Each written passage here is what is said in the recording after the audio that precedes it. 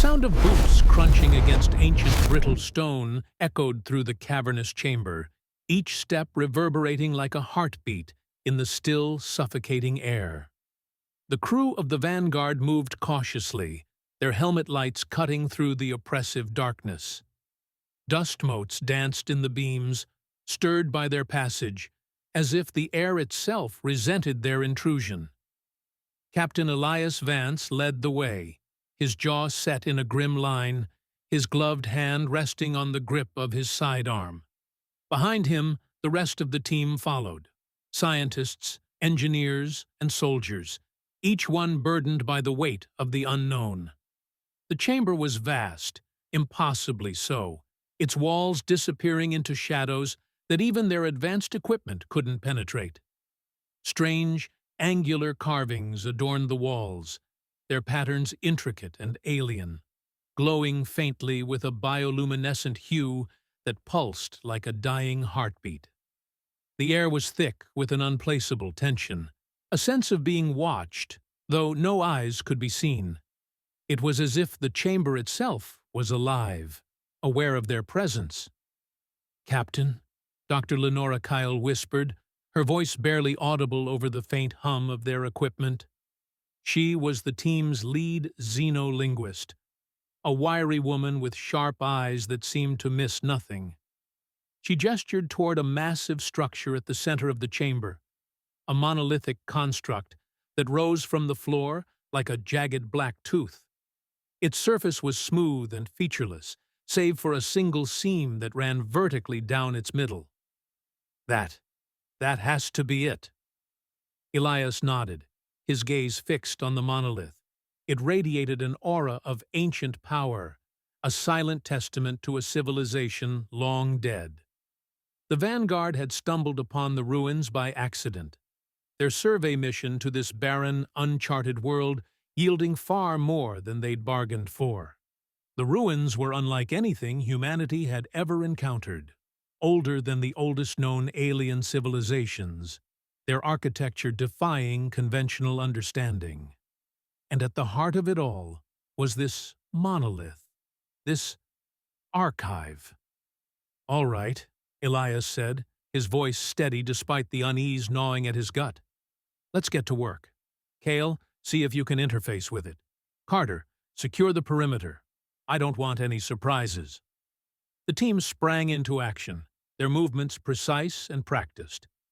Dr. Cale approached the monolith, her hands trembling slightly as she activated her scanning equipment.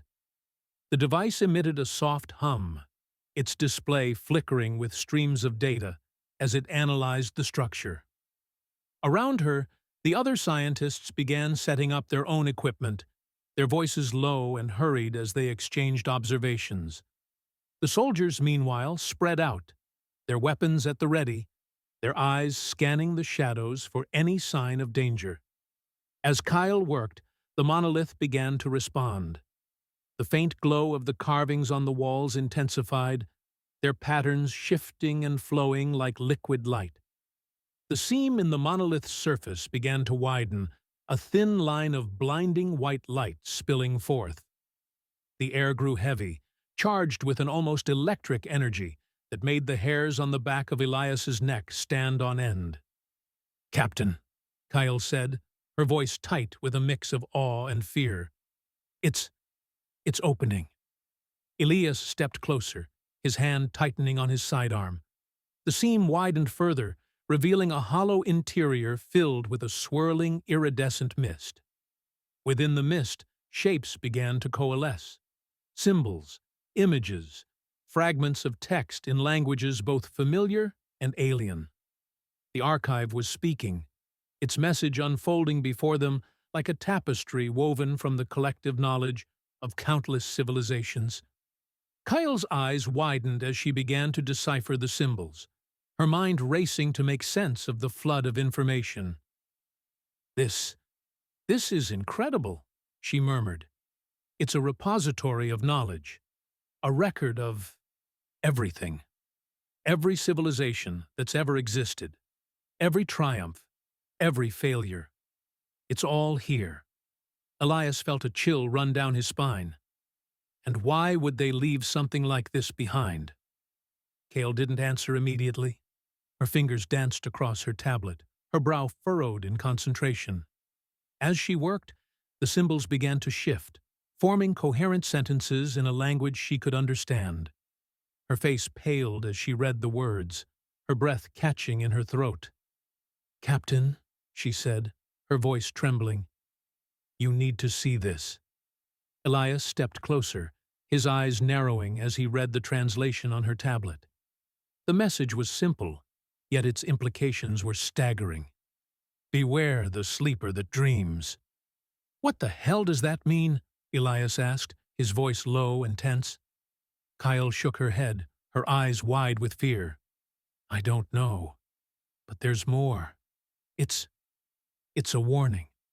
From every civilization that came before us. They're all saying the same thing." As she spoke, the images within the monolith began to change. Scenes of destruction and chaos unfolded before them. Worlds consumed by fire, civilizations reduced to ash, entire star systems obliterated. And through it all, a single recurring image. A figure shrouded in shadow, its form indistinct yet unmistakably human. Elias felt his blood run cold. "Are you saying this is about us?" Kale nodded slowly. "I think so. The archive is saying that humanity, we're the sleeper. We're the ones they're warning about." The chamber seemed to grow colder, the air thick with an almost palpable sense of dread. The rest of the team gathered around, their faces pale as they took in the revelation. For centuries, humanity had believed itself to be insignificant, a fledgling species in a galaxy teeming with life. But this changed everything. As they stood there, the monolith began to pulse with a rhythmic light, its glow intensifying with each beat. The ground beneath their feet trembled, a low, resonant hum filling the chamber. The archive was awakening, its message spreading across the stars. "We need to leave," Elias said, his voice sharp with urgency. "Now!" But it was too late. The pulse from the monolith intensified, a wave of energy radiating outward and washing over them. The lights on their equipment flickered and died, plunging the chamber into darkness. And then, from the shadows, a voice spoke. A deep, resonant voice that seemed to echo from the very walls of the chamber. "The sleeper awakens." The crew froze, their breaths caught in their throats. The voice was unlike anything they'd ever heard, its tone both ancient and commanding, filled with a power that defied comprehension. The monolith's light flared, illuminating the chamber in a blinding white glow.